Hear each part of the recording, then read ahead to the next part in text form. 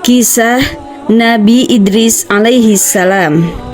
Nabi Idris adalah nabi kedua yang disebutkan dalam Al-Quran setelah Nabi Adam alaihi salam. Ia juga merupakan nabi yang diberi kehidupan kedua oleh Allah Subhanahu wa Ta'ala setelah merasakan kematian di dunia. 1000 tahun setelah Nabi Adam alaihi salam wafat, bumi terbagi menjadi 4 wilayah besar dan manusia berbicara dalam 72 bahasa. Sungguh luar biasa, anak cucu Nabi Adam alaihi salam telah tersebar ke seluruh penjuru bumi. Pada masa inilah Nabi Idris alaihi salam hidup. Beliau lahir di kota Manaf, Mesir, dan diangkat sebagai nabi sekaligus Rasul Allah untuk kaum Bani Qabil. Iblis benar-benar menepati sumpahnya untuk menggoda anak cucu Nabi Adam alaihi salam. Sebagian besar manusia telah lupa pada ajaran Nabi Adam alaihi salam. Mereka tidak lagi menyembah Allah Subhanahu wa Ta'ala dan berganti menyembah kepada api, menganggap bahwa api sebagai dewa yang menjaga mereka. Suatu ketika Allah Subhanahu wa Ta'ala memberi ujian berupa kemarau panjang. Hujan yang tak kunjung turun membuat tanah mengering, gagal panen terjadi di mana-mana. Hewan ternak juga banyak yang mati karena kekurangan air minum. Orang-orang mulai gaduh dan saling mengeluh, tidak ada yang bisa mengatasi kesulitan itu. Hingga mereka berbondong-bondong meminta kepada dewa api untuk diturunkannya hujan. Semakin lama kemarau semakin parah. Nabi Idris alaihi salam mengajak kaumnya untuk berdoa dan memohon kepada Allah Subhanahu wa Ta'ala. Alhamdulillah, segala puji bagi Allah. Allah Subhanahu wa Ta'ala mengabulkan doa Nabi Idris alaihi salam. Hujan pun turun dengan lebat, membasahi tanah-tanah yang kering. Sungai kembali terisi, pertanian kembali subur, dan tanah kembali menghijau. Sungguh Allah Subhanahu wa Ta'ala Maha Besar. Namun keajaiban dan bantuan Nabi Idris alaihi salam ini tidak lantas menjadikan kaum Qabil taat pada Allah Subhanahu wa Ta'ala dan mengikuti ajaran Nabi Idris alaihi salam.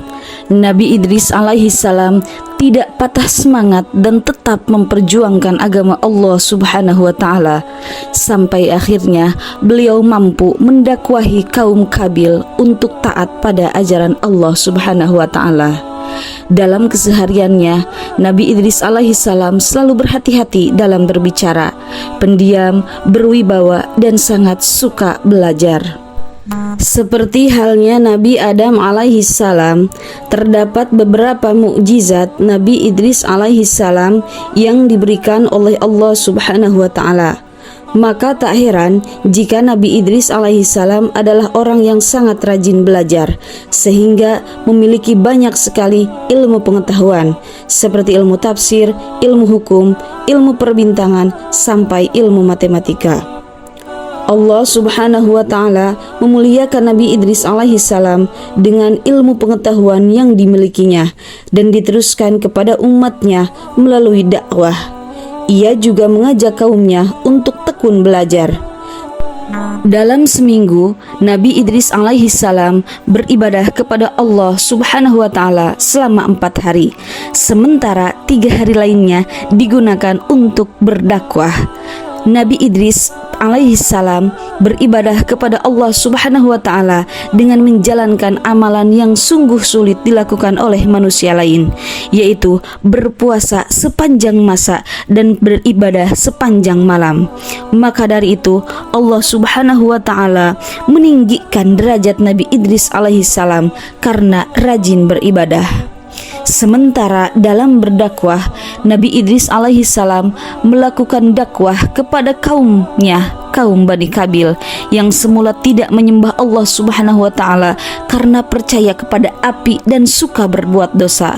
Namun Nabi Idris tidak pernah menyerah. Ia justru semakin gigih dalam berdakwah agar mereka mau menyembah Allah Subhanahu wa Ta'ala. Berikut ini adalah 5 mukjizat Nabi Idris alaihi salam. 1. Orang pertama yang dapat menulis.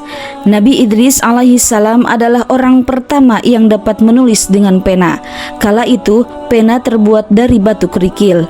Ia bisa menulis karena ia rajin belajar tanpa mengenal waktu dan tempat.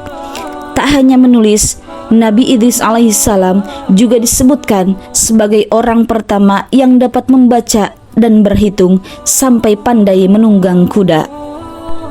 2. Orang pertama yang memahami tafsir dan hukum. Para ulama ahli tafsir dan ahli hukum menyebut Nabi Idris adalah orang pertama yang memahami tafsir dan hukum. Sebagian mengatakan Nabi Idris alaihissalam dijuluki sebagai Asad al-Usud, artinya raja dari segala singa. Dalam kisah lain, Nabi Idris diberi julukan Harmasu al-Haramisah yang berarti ahlinya perbintangan. 3. Orang pertama yang dapat menjahit. Nabi Idris alaihissalam juga mendapatkan mukjizat berupa keterampilan menjahit.